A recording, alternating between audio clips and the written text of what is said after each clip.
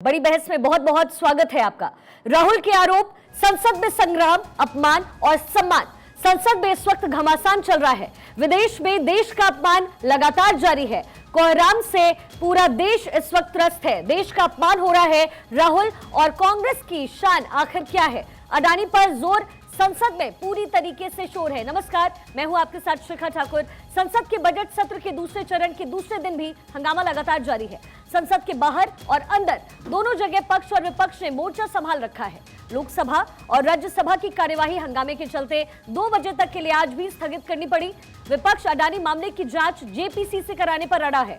उसका यह भी कहना है कि हमें संसद में बोलने नहीं दिया जाता। वहीं सत्ता पक्ष भी विपक्ष से ज्यादा आक्रामक अंदाज में नजर आ रहा है। सत्ता पक्ष इस बात पर अड़ गया कि राहुल गांधी ने लंदन में भारत की बदनामी की, भारतीय संसद की बदनामी की, इसलिए वो सदन में आकर बिना शर्त की मांग कर रहे हैं। वहीं नाटू नाटू को मिले ऑस्कर अवार्ड की जहां तारीफ हुई, वहीं विपक्ष ने बीजेपी के क्रेडिट लेने पर भी सवाल उठाए। अब इसी मुद्दे पर आज हम चर्चा करेंगे, जिसमें हमारे साथ मेहमान भी होंगे। कि संसद के बजट सत्र के दूसरे चरण के दूसरे दिन भी हंगामा जारी है। आपको एक रिपोर्ट दिखाते हैं।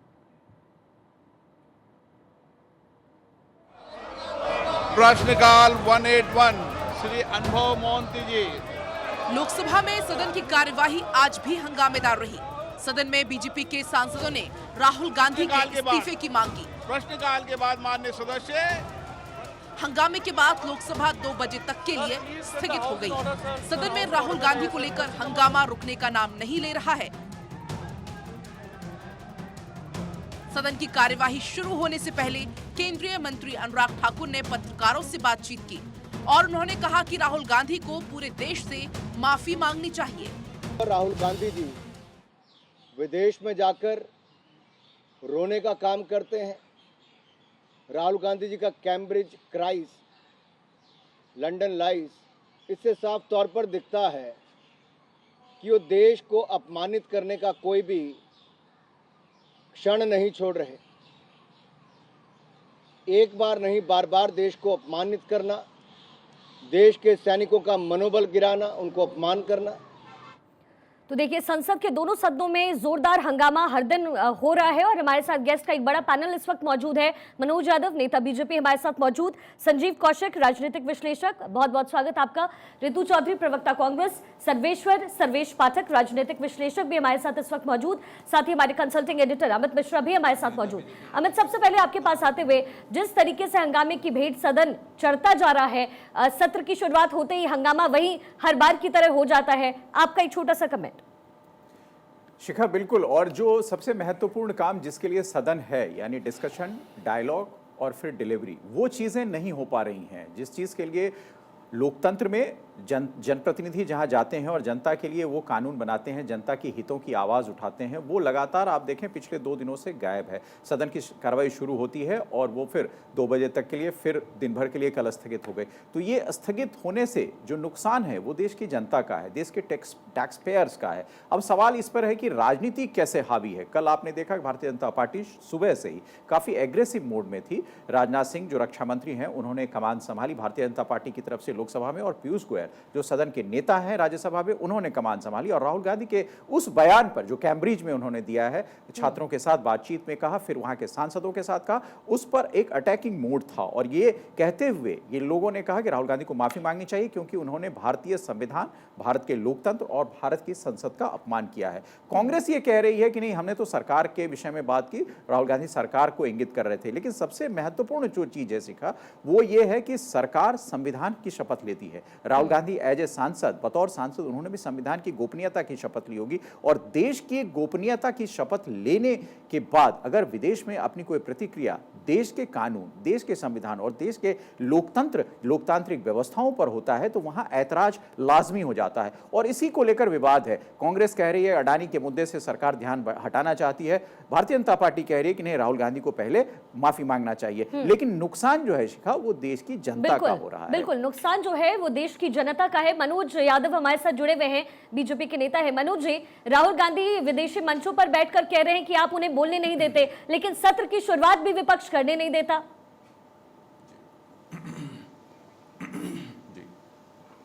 देखिए शिखा जी, ऐसा है कि भारत सबसे प्राचीन लोकतंत्र है और भारत सबसे बड़ा विशाल लोकतंत्र है। दुनिया का सबसे विशाल लोकतंत्र है। जब दुनिया ने भारत से लोकतंत्र का ककहरा सीखा है और वही राहुल गांधी जी विदेशी धरती पर जाकर के जो भारत की जनता उनको लगातार नकार चुकी है, विपक्ष का दर्जा भी देने को तैयार नहीं है, लगातार उनकी हर जगह हार होती है। तो जहां भारत की जनता तो उनको सुन नहीं रही है, ना उनको वोट करती है, ना उनको सत्ता पक्ष में लेकर आई है, वो विदेशी धरती पर रोना रोने के लिए खिसियानी बिल्ली खंबा नोचने वाली वो उक्ति को चरितार्थ करते हैं। लोकतंत्र कब खतरे में होता है मैं बताता हूं। लोकतंत्र तब खतरे में होता है जब देश के नागरिकों के नागरिक अधिकार छीन लिए जाते हैं। 25 जून 1975 को आपातकाल लगा करके जब लोकतंत्र तब खतरे में होता है जब फ्रीडम ऑफ स्पीच पर अंकुश लगाया जाता है, प्रेस पर प्रतिबंध लगा दिया जाता है, पत्रकारों को सलाखों के पीछे डाल दिया जाता है। लोकतंत्र तब खतरे में होता है जब देश के चुने हुए प्रधानमंत्री मनमोहन सिंह जी कहते हैं कि भ्रष्टाचारियों पर मैं अंकुश नहीं लगा सकता क्योंकि कोलिशन गवर्नमेंट है। लोकतंत्र कब तब खतरे में होता है जब देश के सारे संसाधनों पर एक परिवार अपना अधिकार समझता है और भ्रष्टाचार करता है, पूरे देश के संसाधनों को लूटता है। तो लोकतंत्र तब खतरे में होता है। और लोकतंत्र तब खतरे में होता है जब अनुच्छेद 356 का सर्वाधिक दुरुपयोग करके देश की चुनी हुई राज्य सरकारों को खत्म किया जाता है। लोकतंत्र तब खतरे में होता है। मेरे दो मूल सवाल है अभी अपने प्रवक्ताओं से, जो कांग्रेस की रितु जी हैं उनसे मेरा मूल सवाल है, क्या हिमाचल में लोकतंत्र खतरे में है? क्या राजस्थान में भी लोकतंत्र खतरे में है? क्या छत्तीसगढ़ में लोकतंत्र खतरे में नहीं है? क्या मैं पूछना चाहता हूं कि क्या कब तक ये देश की संसद का, देश के संविधान का, देश की न्यायपालिका का, निर्वाचन आयोग का, सेना का और देश के 140 करोड़ जनता का कब तक ये लोग अपमान करेंगे? चलिए ठीक है मनोज जी, आपके सवाल का जवाब ले लेते हैं। रितु चौधरी जी प्रवक्ता कांग्रेस हमारे साथ मौजूद है। मनोज जी आप आपके सवालों का जवाब ले लेते हैं। रितु जी, भारत को संप्रभु राष्ट्र मानते हैं ये लोग? रितु जी, कई गंभीर आरोप मनोज जी आप पर लगा रहे हैं, आपकी पार्टी पर लगा रहे हैं, और फिर राहुल गांधी का विदेशी मंच पर जाना और इस तरीके से बातें कहना, और जब संसद का सत्र शुरू हो तो सत्र शुरू भी नहीं होने देना। देखिए शिखा, भाजपा जो है राहुल गांधी को लेके बहुत ज्यादा ऑब्सेस्ड है, इतने ऑब्सेस्ड है कि राहुल गांधी से भारत यात्रा करते हैं तो स्मृति ईरानी जी बोलते हैं कि आपको वहां जाना चाहिए था, वहां गए इसके लिए माफी मांगो। बोलते कि टी शर्ट आपने पहनी है उसके लिए माफी मांगो, आपने दाढ़ी बढ़ा ली उसके लिए माफी मांगो, आप कैमरीज चले गए माफी मांगो, इस बात की माफी मांगे भाई।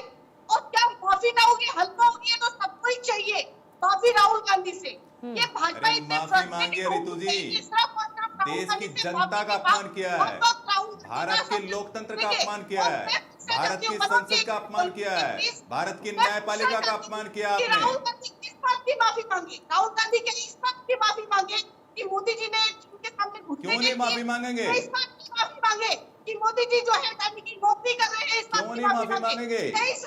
चीन सद्भावना का प्रतीक हो गया है, चीन शांति का दूत बन गया आपके लिए, क्योंकि चीन से चंदाखोरी करते हैं आप लोग, चीन से चंदाखोरी करते हैं, इसलिए चीन सद्भावना का प्रतीक हो गया है। जो लगातार हमारे साथ में बॉर्डर के ऊपर हमारे सैनिक उनसे लड़ते हैं, दो हाथ करते हैं, उस चीन को बोलते हैं सद्भावना का प्रतीक हो गया है।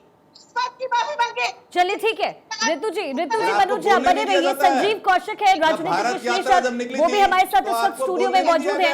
संजीव जी आप इसको कैसे देखेंगे, क्योंकि विदेशी मंच पर राहुल गांधी का जाना, वहां बयान देना, फिर संसद का यहाँ शुरू होना, बजट सत्र की शुरुआत होना और दोनों ही दिन स्थगित हो जाना, ऐसे देश का संविधान कैसे चलेगा? राहुल गांधी अनर्गल बयान देते हैं, क्या माइक उनका म्यूट किया जाता है? मनोज जी एक बात मैं संजीव जी से बात कर लेते हैं। देखिए सबसे महत्वपूर्ण यह है कि किसने अपमान किया है ये देखना जरूरी है। यदि राहुल गांधी ने अपमान किया है तो राहुल गांधी देश के चुने हुए एक सांसद हैं और सांसद पे कार्रवाई कहाँ होनी चाहिए? सदन के अंदर बैठा हुआ पीठासीन अधिकारी कार्रवाई करे उस पर, कोई एतराज नहीं है इस पर। लेकिन आप लोकसभा की बातों को लेकर के राज्यसभा में जाते हैं और राज्यसभा में जाके हल्ला करते हैं और कहते हैं कि यहाँ माफी मांगनी चाहिए। कमाल का तर्क है साहब। हिंदुस्तान के इतिहास में पहली बार ऐसा देखने को मिल रहा है कि सत्ता पक्ष के लोग ही सदन नहीं चलने देना चाहते।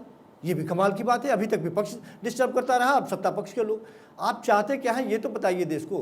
लोकतंत्र की हत्या हम बताते हैं कि क्या होती है और लोकतंत्र का अपमान और सम्मान क्या होता है। सदन की स्थापना इसलिए की गई थी कि यदि वहाँ पे आप आते हैं, कोई कानून कोई मसौदा तैयार करते हैं, चर्चा हो, उसके बाद में वो कानून बने। एक छोटा सा उदाहरण के तौर पे आपने देखा होगा कि ये लोग कृषि कानून लेके आए थे। कोरोना काल में पिछले दरवाजे से उसको लेके आया, ध्वनि मत से पारित किया, उसको कानून का शक्ल दे दिया, उसको जमा पहना दिया और वापस लेते समय भी चर्चा नहीं, बनाते समय भी चर्चा नहीं, चुपके से वापस फिर ले लिया। कोई चर्चा नहीं। सदन की आवश्यकता क्या है ये तो बताइए। आपने तो सदन की मर्यादा को ही तार तार कर दिया, उसकी कोई आवश्यकता ही नहीं महसूस होने दी। सदन इसलिए है कि उस पर सार्थक चर्चा हो। विपक्ष यदि किसी मुद्दे पे आपसे चर्चा करने की बात करता है तो आप सदन नहीं चलने देते। नहीं, लेकिन विपक्ष भी तो बार बार अदानी के मुद्दे को लेकर के आगे आ रहा है। संजीव जी, ये भी तो एक खलल है। अमित मिश्रा, मैं एक कमेंट आपका इस पर चाहूंगी, क्योंकि संविधान किस तरीके से तैयार हुआ और किस तरीके से संविधान को चलना चाहिए, ये तो सदन में ही तय होगा। बिल्कुल शिखा, सबसे बड़ी बात है कि नियम, संविधान ने संसद को बहुत से अधिकार दिए हैं और 150 और 150(1) यानी 151 और 150 दो ऐसे महत्वपूर्ण अधिकार हैं शिखा, संविधान द्वारा संसद को निहित, कि उसके अतिरिक्त सांसदों के अभिव्यक्ति की आज़ादी जो है वो मेंशन है उसमें, कि सांसद कितनी बात कह सकते हैं, क्या सदन की गरिमा का उल्लंघन होगा, किस पर प्रिविलेज हो सकता है। और आज उस मामले को लेकर मनीष तिवारी जो कांग्रेस के सांसद हैं, उन्होंने नोटिस भी दिया था लोकसभा सचिवालय को कि कार्य स्थगन कर इस पर चर्चा की जाए। दूसरी तरफ जो हमारे राजनीतिक विश्लेषक जिस बात की चर्चा कर रहे थे, कौशिक साहब, राज्यसभा में जाहिर सी बात है जो सदन का नेता नहीं है, जो उस सदन का सांसद नहीं है, वहां पर ऐतराज होना लाजमी है, क्योंकि आप नियम के अगर हिसाब से चलें तो उस व्यक्ति का नाम नहीं लिया जाता है जो उस सदन का सांसद नहीं है। राहुल गांधी के विषय में पीयूष गोयल की जो टिप्पणी थी उस पर कांग्रेस ने आज ऐतराज जताया, शक्ति सिंह गोहिल ने पत्र भी लिखा है उस पर। लेकिन ये ऐसा मामला बन जाता है जिस पर कि सदन में सत्ता पक्ष की तरफ से एकदम आवाज उठनी लाजमी थी। क्यों? कि वो अटैक जो था वो सरकार के ऊपर, अगर कांग्रेस कह रही है सरकार के ही ऊपर अटैक था, तो फिर ये अटैक विदेश से क्यों? ये महत्वपूर्ण सवाल हो जाता है कि आपको, अगर विपक्ष के नेता को, भारत भी बहुत से विपक्षी दल के नेता को विदेशों से यहां बुलाती है, वो अपनी बात कहते हैं। राहुल गांधी को जब बुलाया गया वो गए वहां, जाहिर सी बात है विदेश की धरती पर विदेश के लोगों के साथ जब आपकी मंत्रणा होगी तो उस मंत्रणा में आपकी सरकार, आपके लोकतंत्र, आपकी पॉलिसी पे ही डिस्कशन होगा। वहां पर एक बात राहुल गांधी ने हालांकि साफ की थी कि यह हमारा आंतरिक मामला है, लेकिन यह बात राहुल गांधी को पहले ही कहनी चाहिए कि यह हमारे आंतरिक मामलों पर डिस्कशन है और हम अपने आंतरिक मामलों पर देश में सक्षम हैं बहस करने के लिए, संसद में सक्षम है। लेकिन उन्होंने उस बात का जिक्र किया कि संसद में माइकें बंद हो जाती हैं, तो फिर सड़क। भारत जोड़ो यात्रा के दौरान राहुल गांधी ने काफी आरोप लगाए थे सरकार के ऊपर, और वो आरोप मुझे लगता है कि सरकार के ऊपर एक विपक्ष के नेता को लोकतंत्र में लगाने भी चाहिए, लेकिन यहां पर उसकी कोई आलोचना नहीं हुई। आलोचना कहां शुरू होती है? आलोचना कैम्ब्रिज में शुरू होती है, कैम्ब्रिज में उनके उद्बोधन को लेकर शुरू होती है। तो ये एक निश्चित तौर पर यह बयान उसी समय ऐसा लग रहा था कि संसद का सत्र जब भी शुरू होगा तब इस बयान पर सरकार आक्रामक होगी। सरकार को लगता है कि अगर यहां पर हम बैकफुट पर रह गए तो फिर हमसे भी जनता सवाल मांगेगी, और हमारे पास जो देशभक्ति का प्रमाण है वो फिर हम कैसे बांट सकते हैं कि हां हमने ये चीज नहीं बात उठाई, संसद की बात अगर विदेश में कोई कर रहा है तो हमने फिर इस पर क्यों नहीं अंकुश लगाने की कवायद की। सर्वेश पाठक भी हमारे साथ हैं, राजनीतिक विश्लेषक हैं आप। सर्वेश्वर जी, जिस तरीके से अमित मिश्रा भी अभी कह रहे थे कि राहुल गांधी वहां बयान देते हैं, हालांकि वो कहते हैं कि हमारा आंतरिक मामला है, लेकिन आंतरिक मामले को आप विदेशी प्लेटफॉर्म पर डिस्कस करते हैं और फिर सोचते हैं कि जब आप वापस देश लौटेंगे, वापस सदन में आएंगे, तो ये हंगामे का विषय होना नहीं चाहिए। देखिए, राहुल गांधी जी के बारे में 2020 में यूएस के प्रेसिडेंट है बराक ओबामा, उन्होंने एक बुक लिखी थी और उसमें पूरे विश्व के जो राजनेता हैं उसके बारे में चर्चा की थी। उनके बुक का नाम है अ प्रॉमिस्ड लैंड। उन्होंने लिखा था, एंड आई कोट, मुझे समय दीजिएगा, मैं वो लाइन पढ़ना चाहता हूं। Mr Obama says he has a nervous unformed quality about him, as if he were a student who would done the coursework and was eager to impress the teacher but deep down lacked either the aptitude or the passion to master the subject। अगर आप बाहर के किसी चीज को ऐसे कर रहे हैं, एक आपका रिपोर्ट आ गया, बीबीसी ने कुछ कह दिया, आप उसको आधार बना के कर रहे हो, तो आपके बारे में इतने बड़े प्रेसिडेंट लिखते हैं। और राहुल गांधी जी, क्या ये पहली बार नहीं हुआ है कि कैम्ब्रिज में जाके लेक्चर दिए? वो जितनी बार बाहर की यूनिवर्सिटी में दिए हैं, आप मेरी बात बोलने दीजिए। मैंने आपका अमित, मैं आपका रुख करना चाहूंगी, क्योंकि देखिए कांग्रेस के राहुल गांधी कोई पहले नेता तो है नहीं जो विदेशी मंच पर गए हों। इससे पहले शशि थरूर है और उनकी तो काफी जो वीडियोस है वो वायरल होते रहते हैं। आंतरिक मामले को वो आंतरिक ही रखते हैं। अब इस पर राजनीति लाजमी थी। राहुल गांधी जब ये बयान दिए होंगे तो उनको भी सोचना चाहिए कि यहाँ जब वो आएंगे तो भारतीय लोकतंत्र में जो राजनीति का स्तर है वो उनका स्वागत फूलमाला से तो करेगा नहीं। उन्होंने भी कुछ सोचकर ही ये बयान दिया होगा, और उस बयान का जो जिक्र उन्होंने किया कि इसके पहले भी, जो कांग्रेस कह रही है कि इसके पहले भी कई बयान ऐसे दिए जा चुके हैं विदेश की धरती पर। जिक्र करेंगे यहाँ पर मोदी जी ने विदेशों में दिए। बिल्कुल बिल्कुल ऋतु जी, हम लोग उस पर आ रहे हैं। मोदी और जी ने जो सियोल में, टोरंटो में, शंघाई में, जो कनाडा में, इन सब जगह जो बयान दिए, क्या उसका भी एक बार जिक्र कर देंगे तो मैं बड़ी आभारी रहूंगी। आप क्यों बोल के बताएं कि उन्होंने क्या बोला। देखिए, और प्रधानमंत्री के तौर पे बोला, ये बिल्कुल बिल्कुल, वो आपका एज ए प्राइम मिनिस्टर उन्होंने बोला। ऋतु जी, वो आपका हक है और आप उस हक का बिल्कुल इस्तेमाल कीजिए। इसीलिए हम लोग ये प्लेटफॉर्म आपको देते हैं कि आप अपनी बात कहिए। हमारे यहाँ कोई पार्शियलिटी नहीं होती और मैं और शिखा ये कोशिश कर रहे हैं कि आपको या बीजेपी के लोगों को बिल्कुल पर्याप्त समय मिले। आप उस चीज का जिक्र कर सकती हैं। और भारतीय जनता पार्टी के ऊपर कांग्रेस ने सदन के अंदर, मल्लिकार्जुन खड़गे ने भी इस चीज का जिक्र, कल अगर आपने राज्यसभा की कार्रवाई देखी होगी ऋतु जी, तो वहां पर यह बताया था कि संघाई में प्रधानमंत्री ने एज अ प्रधानमंत्री क्या कहा है। हमारा काम विश्लेषण का होता है, हमारा काम किसी व्यक्ति या किसी दल के साथ जुड़ने का नहीं है और वो काम हम बाखूबी करते हैं। हमारा मुख्य मुद्दा यह था कि राहुल गांधी ने अगर यह बयान दिया तो विदेश की धरती पर दिया। जाहिर सी बात है, राहुल गांधी ने जानबूझकर दिया या अनजाने में दिया, ये आप जाने, आपकी पार्टी जाने। चलिए, लेकिन तो अमित, तो फिर ये रिएक्शन और ये जवाब ऋतु जी से ही ले लेते हैं, क्योंकि उन्होंने प्रधानमंत्री की भी बात की। ऋतु जी, क्या लगता है आपको, क्या राहुल गांधी को वहां सदन में, क्योंकि बार बार हंगामे की वजह से सदन स्थगित हो रहा है, क्या राहुल गांधी को माफी मांगनी चाहिए? देखिए शिखा, राहुल गांधी जी ने एक शब्द बोला कि वहां पे उनको अवेयर होना चाहिए इस चीज के लिए कि हिंदुस्तान में ऐसा हो रहा है, लेकिन उन्होंने कोई बुराई नहीं कही। बुराई प्रधानमंत्री जी ने करी, एज ए प्रधानमंत्री जाके वहां पे करी कि और मुझे बताने की, कोट करने की मेरे ख्याल से जरूरत नहीं है कि मैं क्या पाप किया जो इस देश में पैदा हो गए। यहाँ तो भ्रष्टाचारी है, हजार करोड़ रुपए यहाँ पे जो है नेता हमारे कमा लेते हैं। ऋतु जी, लेकिन नहीं, हजार करोड़ रुपए की जो बात है तो वो नेता तो कमाते ही है ना। मैं आपकी बात पर ही आ रही हूँ। हमारे देश में कॉमनवेल्थ गेम्स 2010 में हुआ था ऋतु जी, और जो इंटरनेशनल लेवल पे जो छीछा लेदर देश का मचा वो सारा विश्व देख रहा है। मैं आ रही हूँ, आपको याद होना चाहिए, एक विश्व स्तरीय गेम्स का आयोजन किया गया और उसमें क्या हुआ।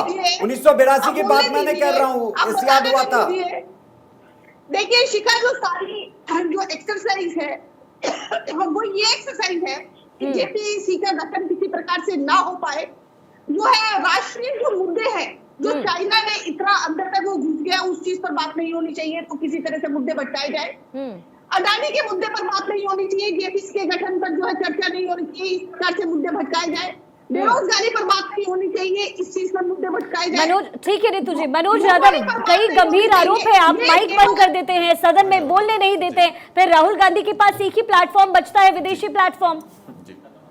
देखिए मनोज यादव जी ने, धनखड़ जी, जब राहुल जी बोलते हैं तब उनको टोकते हैं, जब हमारे जब कांग्रेस के विपक्ष का कोई नेता बोलता है तो 10-20 बार टोकते हैं। चलिए ऋतु जी, मनोज जी से आपके सवालों का ही जवाब ले रहे हैं मनोज जी। लेकिन प्रधानमंत्री जी और जो है पीयूष गोयल जी जब मर्यादा को लांघते हैं, सदन की मर्यादा, ठीक है मनोज यादव, मनोज जी, गंभीर आरोप है आप पर, इसलिए ये बात बोली जाती है कि पार्शियलिटी हो रही है। देखिए, मैं अभी ऋतु जी आपका भाषण खत्म हो गया तो मैं भी बोलने दीजिए, कम से कम मुझे बोलने दीजिए। आपका माइक म्यूट नहीं किया गया है। देखिए, ऐसा है कि जिस तरह से राहुल गांधी जी आरोप प्रत्यारोप की राजनीति करते हैं, झूठ बोल करके सर्वोच्च न्यायालय में माफी मांगते हैं। आपको ध्यान में होगा, जब भारत जोड़ो यात्रा इन्होंने निकाली, जो तथाकथित भारत जोड़ो यात्रा है, जो प्राश्चित जो यात्रा थी असल में, उसमें मुझे बताइए अनर्गल कितने बयान दिए राहुल गांधी जी ने। क्या मीडिया ने नहीं उठाया? क्या किसी ने बोला? क्या माइक उनका बंद किया गया? क्या माइक उनका बंद किया गया? लेकिन ये विदेशी धरती पर जाकर के भारत के लोकतंत्र को शर्मसार करते हैं, भारत की पार्लियामेंट को शर्मसार। मेरे पास मनोज जी वक्त बहुत कम है, एक आखिरी लाइन, एक आखिरी स्टेटमेंट, क्या राहुल गांधी को माफी मांगनी चाहिए? ये लगता बीजेपी हालांकि बार-बार यही गठित हो गई है, सर्वोच्च न्यायालय में कमेटी गठित हो गई है और राहुल गांधी को 140 करोड़ लोगों से माफी मांगनी चाहिए। भारत का संविधान का अपमान किया, भारत की संसद का अपमान किया है, भारत के सामरिक मामलों में सेना का अपमान किया है। चलिए ठीक है मनोज जी, ऋतु जी और बाकी जितने भी गेस्ट हमारे साथ जुड़े हुए हैं, फिलहाल बहुत बहुत शुक्रिया आप सभी का। बड़ी बहस में आज के लिए बस इतना ही, लेकिन सबसे बड़ा सवाल ये कि सदन अगर इसी तरीके से स्थगित होती रही तो फिर संविधान कैसे चलेगा।